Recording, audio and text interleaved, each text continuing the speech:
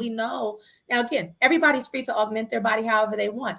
But we also see the extremities where there's some brokenness that they're trying to hide, where they're just like over and over and over again and continuously doing something, because it's like, I feel like who I am is not acceptable to the outside world. I feel like what I am is not, no one wants to see that. And sometimes that's an old childhood thing. Sometimes somebody at school and said something, and as soon as I get a couple of dollars, I'm gonna fix that nose of mine. As soon as I get a couple of dollars, I'm gonna fix this body of mine. And it's one of those are shadows.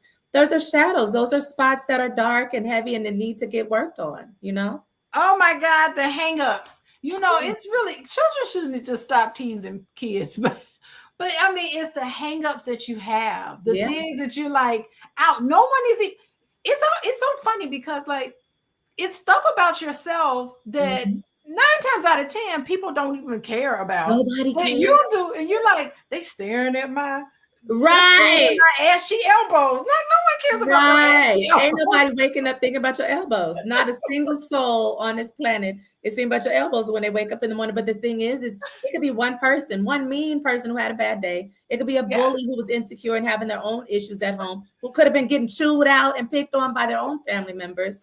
And then you go under the knife and struggle your whole life behind a thing that Kiki said in 3rd grade. Kiki said in 3rd grade to be living with you because of all the shame. Everybody laughed about it. Absolutely.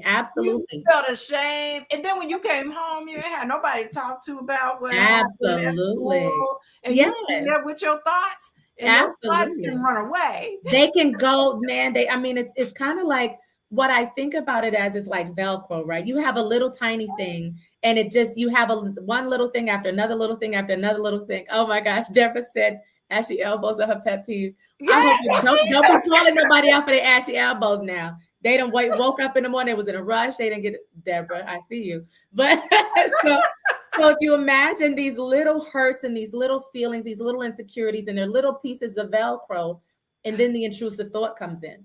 Right? It's just a random thought or a random occurrence or a random trigger. And it just builds up and it builds up and it builds up. And one of the things I teach an ascension class. We have a healing class that I teach on Mondays. And so we had a class earlier today and we were talking about it, is finding the space when you feel yourself kind of going down, right? You kind of feel yourself curving into that slump, because life is full of it, right? Life is full of it. And hopefully as you grow, the slump starts to, you're still slumping, but you're kind of climbing up that hill, right? You're climbing up the hill. And so the lows aren't so low, but having space where you can recognize when I'm kind of taking it a little too far. You know what I'm saying? I'm kind of getting a little too low. So it's a matter of like, I can focus on some of these hardships. I mean, we're talking about, sometimes the shadow is dark. Sometimes it's abuse. Sometimes it's these negative, hateful, hurtful things. Sometimes it's the stuff that you do to yourself, battling with addictions and, all these things, right? Or even the tolerance, you tolerated abuse or whatever as an adult, but you're going through these lows. You got to have a little sign, a little indicator telling you when you're taking it too far.